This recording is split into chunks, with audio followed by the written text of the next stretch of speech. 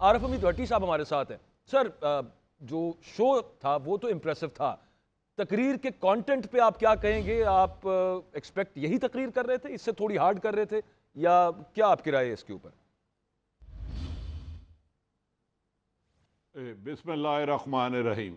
ایک تو مسلم لیگ نون نے اچھا شو کیا, اس بات میں دو رائے کوئی نہیں ہے, لیکن جو تقریر نواز شریف صاحب محترم خود کرنا چاہ رہے تھے, جو مسلم لیگ نون کے ذرائع کہہ رہے تھے, ایک اچھی بات ہے کہ آج وہ تقریر انہوں نے نہیں کی. تقریر انہوں نے کم از کم ماضی میں, جیسے وہ ان کا تھا کہ 2018 میں مجھے اسٹیبلشمنٹ نے نکالا, خلائی مخلوق نے, اس بیانیے سے گریز کیا, اور کمپیریٹیولی سٹیج کے مناظر بھی بہت بہتر تھے, خصوصاً جب وہ اپنی صاحبزادی کو ملے, آپ دیدہ ہو گئے. تو ہمارا ایک خیال تھا کہ شاید جیسے میاں صاحب کی شروع سے عادت ہے کہ وہ اداروں کے ساتھ ٹکراؤ بڑھا لیتے ہیں, خصوصاً جب انہوں نے لندن میں ایک میڈیا سے بات کرتے ہوئے 2 اہم اداروں اور 5-6 چیف جسٹس سابقان یا 4 صاحبان کی بات کی تھی, تو آج انہوں نے ان ساری باتوں سے گریز کیا. اس کا مطلب ہے وقتی طور پر آج تک جو انہیں میسج محترم نواز شباز شریف دے کر آئے تھے, کیونکہ منگل کو تاریخ ہے, تو آج کی تقریر انہوں نے خاصی کمپیریٹیولی ٹکراؤ پالیسی کے تحت, لڑائی جھگڑوں پالیسی کے تحت اس سے گریز کیا. تاہم ایک دفعہ انہوں نے غالباً شاید عمران خان کا نام لے کے کہا کہ میں نام نہیں لینا چاہتا, اور 1-2 لفظ انہوں نے اشارتاً کہے, کیونکہ ان کی طبیعت میں اتنا بھی روک لینا ان کے لیے بڑا تھا کہ وہ کون ہے جو ہر چند سال بعد نواز شریف کو اپنے چاہنے والوں سے دور کر دیتا ہے. اور ایک غالباً شاید انہوں نے یہ کہا, آپ جانتے ہیں کون ہے جو دھرنے کرواتا ہے. لیکن اس کے باوجود اوورآل آج کی تقریر انہوں نے جو ماضی سے لگتا ہے کچھ سیکھا ہے, اب کل کیا کرتے ہیں وہ مجھے نہیں پتا, کمپیریٹیولی بہتر طریق تھی. پہلی دفعہ میں نے ان کے نام منہ سے درود پاک کا نام بھی سنا, جو بڑی خوش آئین بات ہے. یقیناً نیک آدمی ہے, دیندار ہے, پرہیزگار ہے, لیکن جو ایک تاثر تھا کہ لندن آنے سے پہلے کہ میں 2017 سے احتساب شروع کروں گا, ان شخصیات کے نام لے کے وہ کہتے رہے میں ان کے لیے کوئی بھی مارجن نہیں ہے, جس کے بعد آپ کو یاد ہوگا جب انہوں نے یہ بڑے سخت الفاظ استعمال کیے تو سابق وزیر اعظم شہباز شریف کو فوری طور پر لندن جانا پڑا. تو میرا خیال ہے ان کا لندن جانا, اور لندن جانے سے پہلے جو ان کی ملاقات ہوئی تھی, اس کے اثرات آج مینار پاکستان کی تقریب میں نواز شریف صاحب کی جو ماضی کی تقریریں ہیں اس سے مجھے مختلف لگی, اور انہوں نے گریز کیا. انہوں نے بتایا کہ میں ہی نجات دہندہ ہوں اور میرے ساتھ زیادتیاں ہوتی رہیں, لیکن انہوں نے کسی کو آج للکارا نہیں, چیلنج نہیں کیا جو ماضی میں کہتے تھے میں چھوڑوں گا نہیں, یا پی ڈی ایم کے جلسے میں جو ان کی تقریریں تھیں, یا وہ ووٹ کو عزت دو والا, یہ بھی بیانیہ آج انہوں نے نہیں دہرایا. میرا خیال ہے آج انہوں نے کہا کہ شاید حکومت لو کی پالیسی کا بیانیہ زیادہ تھا, اچھا بھٹی صاحب, ویسے اور شاید پاکستان میں وہ والی باتیں کرتے تو مزید. بھٹی صاحب اس میں یہ ہے کہ چاہے کسی نے سمجھایا, خود سمجھ گئے, سبق حاصل کر لیا, لیکن بہرحال پاکستان کے لیے اچھی بات ہے ٹکراؤ کی پالیسی پہ نہ جائے, تاکہ ملک تو کم از کم پولیٹیکل سٹیبلٹی تو رہے. اگر اسی طرح چلتے رہے تو پھر تو یہ خوش آئند اس کو کہا جا سکتا ہے, اگر یہ پالیسی ہے تو دیکھیں اچھی نہیں, بہت اچھی ہے. بدقسمتی ہے جو بھی ماضی میں حکمران آیا اس نے نیب, ایف آئی اے, اینٹی کرپشن پولیس کو اپنے مخالفین کو کچلنے کے لیے استعمال کیا. کبھی کسی نے کرپشن کے خاتمے کے لیے کام کیا ہی نہیں.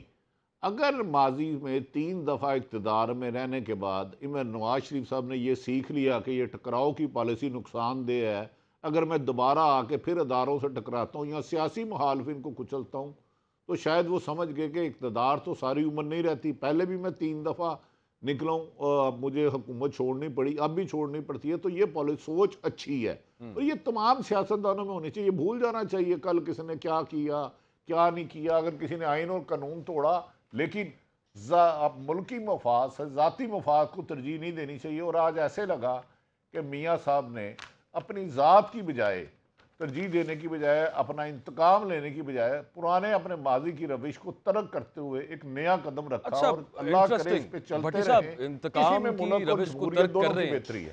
لیکن باس یہ بتائیں آپ کے خیال کے اندر یہ انتقام تو بات ہو رہی ہے جو مجھے سمجھ آ رہی ہے کہ اسٹیبلشمنٹ سے، پرانی اسٹیبلشمنٹ سے انتقام نہیں لینا، سیاسی مخالفین کا کیا؟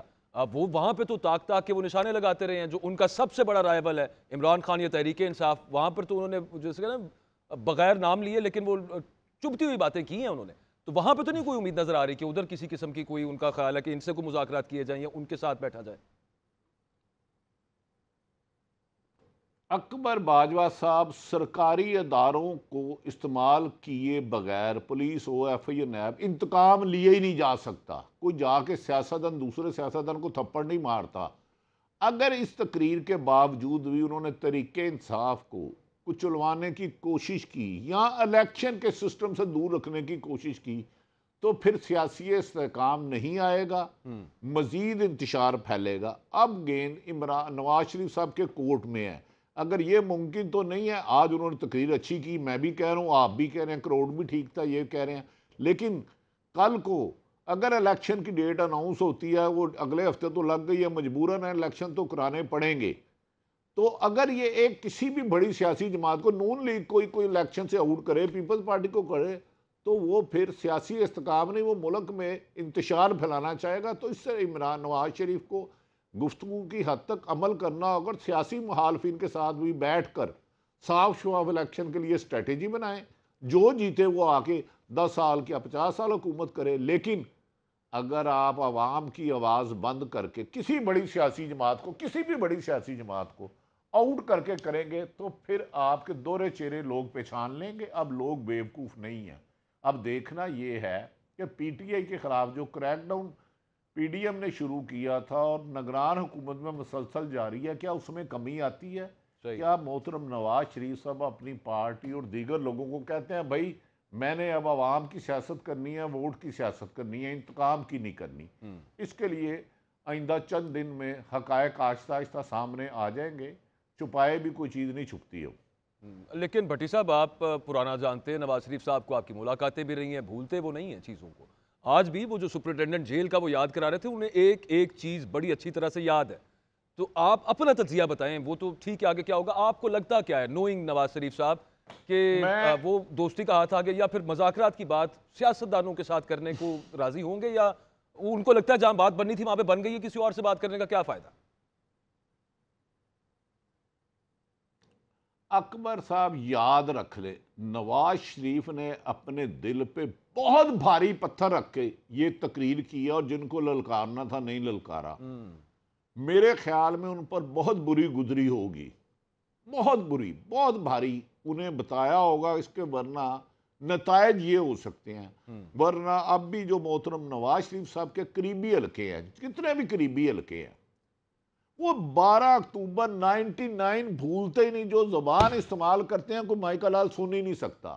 لیکن آج انہوں نے اوائڈ کیا۔ دیکھیں آج انہوں نے کہا میں 6 سال بعد تقریر کر رہا ہوں۔